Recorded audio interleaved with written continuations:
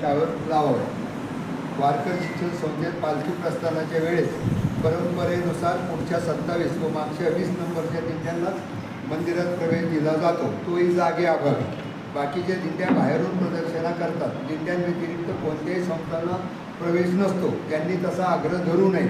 मागच्या वेळेस हा प्रकार झाला होता, त्याची यावेळेस पुनरावृत्ती होऊ नये.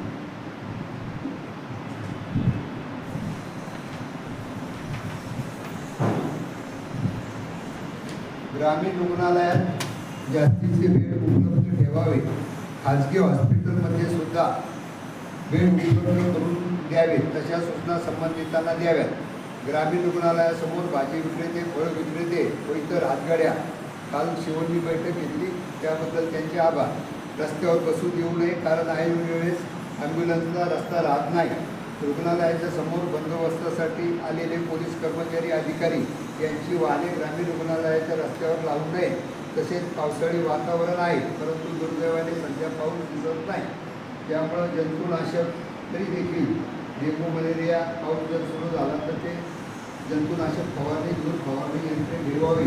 मंदिर परिसर व इतरत्र बाहेरील म्हणजे प्रदक्षिणा मार्ग येथील सरसकट अतिक्रमणे व मोकळे झालेल्या इमारती पाडून टाकाव्यात. नगर परिषदेने ज्या ठिकाणी घर मालक भाडे करू असा वाद कोर्टात असेल तर नगर परिषदेने हस्तक्षेप अर्ज दाखल करून कारवाई करावी.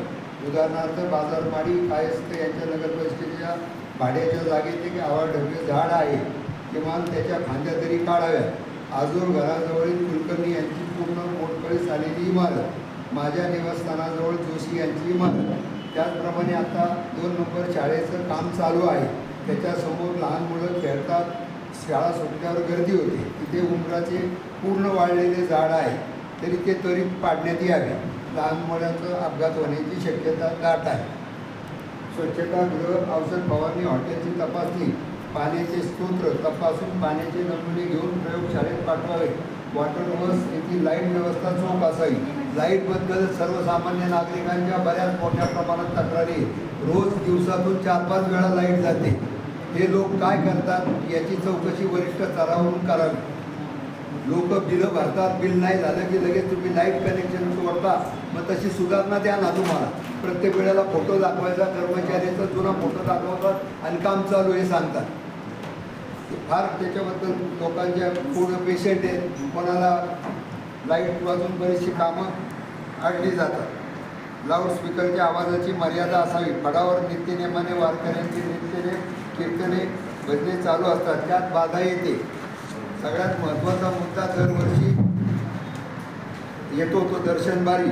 पालखी प्रस्थान सोहळ्याच्या साधारणपणे 4-5 जुलैला वारकरी यायला सुरुवात होते. त्याकरता हवेली आणि खेड प्रांत यांनी दर्शनबारीची जागा त्वरित अधिकृत करून द्यावी, कारण त्या ठिकाणी बरेच कामे करावी लागतात. उदाहरणार्थ लाईट, पाणी, बांबूचे रेलिंग, CCTV कॅमेरे इत्यादी व्यवस्था करावी लागते. ऐन वेळेला जागा मिळून उपयोग होत नाही, कामे पेंडिंग राहतात. चाकण फाटा ते आळंदीपर्यंतच्या साईड पट्ट्या व रोडची दुरुस्ती महत्त्वाची आहे. PWD अपघाताचे प्रमाण वाढले असून इंद्रायणी हॉस्पिटलमध्ये कॅन्सरच्या उपचाराकरता बरेच पेशंट व नातेवाईक येत जात असतात. त्यांच्या गाड्यांचे पार्किंग ते लोक रोडच्या दोन्ही बाजूला करतात. त्याकरता त्यांच्या गाड्यांची पार्किंगची व्यवस्था समोरील नरसिंह सरस्वती स्वामी महाराजांच्या मोकळ्या शेतात करावी. त्याकरता त्यांची परवानगी घ्यावी. दर्शन मंडप हा इंद्रायणी मडेकडे नेहमीप्रमाणे उभा राहावा. मंदिर परिसर तसेच सरसकट अतिक्रमण काढावे. लाईट व्यवस्था, वारकरी वाहने सोडावी. गॅस सिलेंडर उपलब्ध करावेत, काळा बाजार न करता. आळंदी परिसरात दिंड्यांच्या राहण्याच्या ठिकाणी पाण्याची व्यवस्था करावी. आता ही जी यात्रा आहे साहेब, ही फक्त शेजारचे जे ग्रामपंचायती आहेत, फॉर एक्झाम्पल चरोली असेल, केळगाव असेल, इथेच विखुरली जाते जास्त. त्यांच्या जागा तिथे आहे. तर त्या ग्रामपंचायतीला एक स्वच्छतेसाठी आर्थिक अनुदान वेगळं द्यावं अशी मागणी करतो. त्याचप्रमाणे ग्रामीण रुग्णालयात कार्तिकी असेल, आषाढी असेल, बराच मोठा स्टाफ येतो, 200-250 लोक येतात.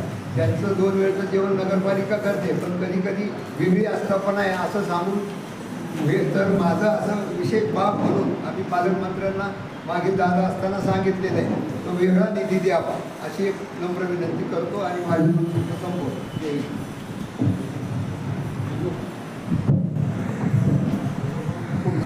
त्यात येणारे 7 डायव्हर्शन पॉईंट आहे ते आपल्याला माहीत असणं गरजेचं आहे म्हणून मी सांगतो.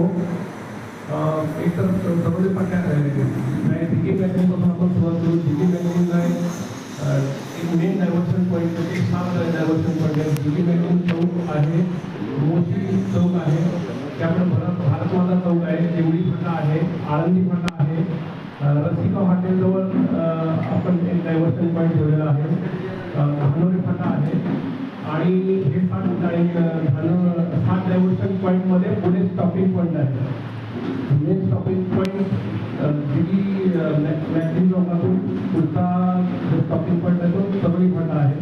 तर हे मी का सांगतोय, हे जर आपण लोकांना आतापासून जर सांगून ठेवलं तर वाहतूक कमी होण्यास आम्हाला चांगली मदत होईल.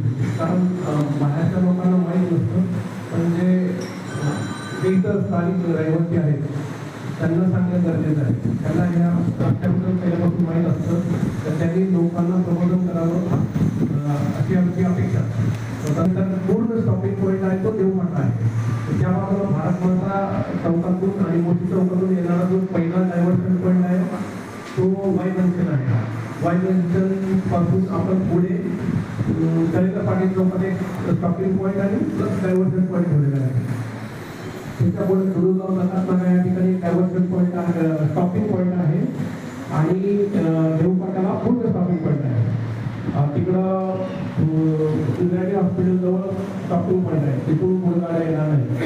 हे झाले सगळे स्टॉपिंग पॉईंट. याच्यानंतर आपण टोटल 47.5 एकरचं पार्किंग अधिग्रहण पार्किंग आहे. याच्यामध्ये अधिग्रहण केलेलं पार्किंग 40 एकरचं आहे आणि 7.5 एकरचं प्रायव्हेट पार्किंग आहे. ते आपल्याला सांगतो विश्रांतगडजवळ 25 एकरचं पार्किंग आहे. त्याच्यापुढं STचं पार्किंग आहे, तिथंपर्यंत ST येतील होतं. आणि तिथून पुढं एक स्टॉपिंग पॉईंट आहे. धानोरी फाट्याला स्टॉपिंग पॉईंट आहे. तिथून स्टॉपिंग पॉईंट हा म्हटलं तो हा शेवटचा स्टॉपिंग पॉईंट आहे. त्या ठिकाणी पॉईंटचा एक 7.5 एकरचं पार्किंग आहे. ते मला माझ्या माहितीप्रमाणे तिथं कोण गाड्या लावत नाही. त्याच्यानंतर नगर परिषदेचं स्टॉपिंग पार्किंग आहे, जे की विश्रांतगडकडून येताना तिथे स्टॉपिंग पॉईंट आहे. धानोरी फाट्याकडून डाव्या बाजूला जाताना जे बैलगाड्याचे जे रेस म्हणजे ग्राउंड आहे त्या ठिकाणी 1 एकर आहे. ब्ल्यू मेरी हॉटेल आहे त्या ठिकाणी 2 पार्किंग आहेत. काळ्या भिंतीकडं पुढं गेल्यानंतर तिथे एक पार्किंग आहे. आदित्य इंटरनॅशनल स्कूल दुरुगावजवळ तिथं 2 पार्किंग, 2 इंटरनॅशनल स्कूल आहेत. त्या ठिकाणी 20 गुंठेचं पार्किंग आहे. तिथून पुढं दक्षिण नदीच्या बाजूला 1 एकरचं पार्किंग आहे. इंद्रायणी हॉस्पिटलच्या पुढे 7.5 एकरचं स्वामी मठाचं पार्किंग आहे. त्याच्या साईडला 4 एकरचं पार्किंग आहे. असे एकूण 47.5 एकरचं पार्किंग आपण देतो. तशी आपण सांगावं. दुसरं नगर परिषदेकडून हे आहे की ट्रेनची व्यवस्था व्हायला पाहिजे. कारण अचानकपणे जामीन झालं, बाहेरून जिल्ह्यात असतात, लोकांना माहीत नसतं जामीन झालं, त्या गाड्या हाताळण्यासाठी पार्किंग पाहिजे. आणि मेन मुद्दा बंद रस्त्याचा मुद्दा नक्की साहेबांनी सांगितला आहे, तो आता सांगत नाही. पण एक इंद्रायणी कमानीकडून डाव्या बाजूला जो रोड जातो त्या ठिकाणी भराव सुरू आहे. आणि भराव झाल्यानंतर त्या काकड्यापर्यंत म्हणजे सरळ नदीच्या एंड पॉईंटपर्यंत जो भराव आहे त्या भरावाला रेडी करून घ्यावं त्या दहावीचं. आणि तिकडचं दिंड्या आणि त्या गाड्या ज्या आहेत त्या नदीत काही अपघात होऊ शकतो, डायरेक्ट नदीत. आणि शिवाय दुरुगावचा रस्त्याचा जो समोरचा आहे त्या ठिकाणी राडावाडा पडलेला आहे. तो राडावाडा हटवला तर तिथून एक रस्ता आपल्याला डायव्हर्शन पॉईंटला चांगला होतो. शेवटचा मुद्दा म्हणजे दिशादर्शक फलक, जे की आपण डायव्हर्शन पॉईंट, पोलीस पार्किंग किंवा पादचारी रस्ता किंवा दिंडी वाहनांचा रस्ता, हे जे दिशादर्शक फलक आहे ते तयार करून लावण्यात यावे. एवढे आमचे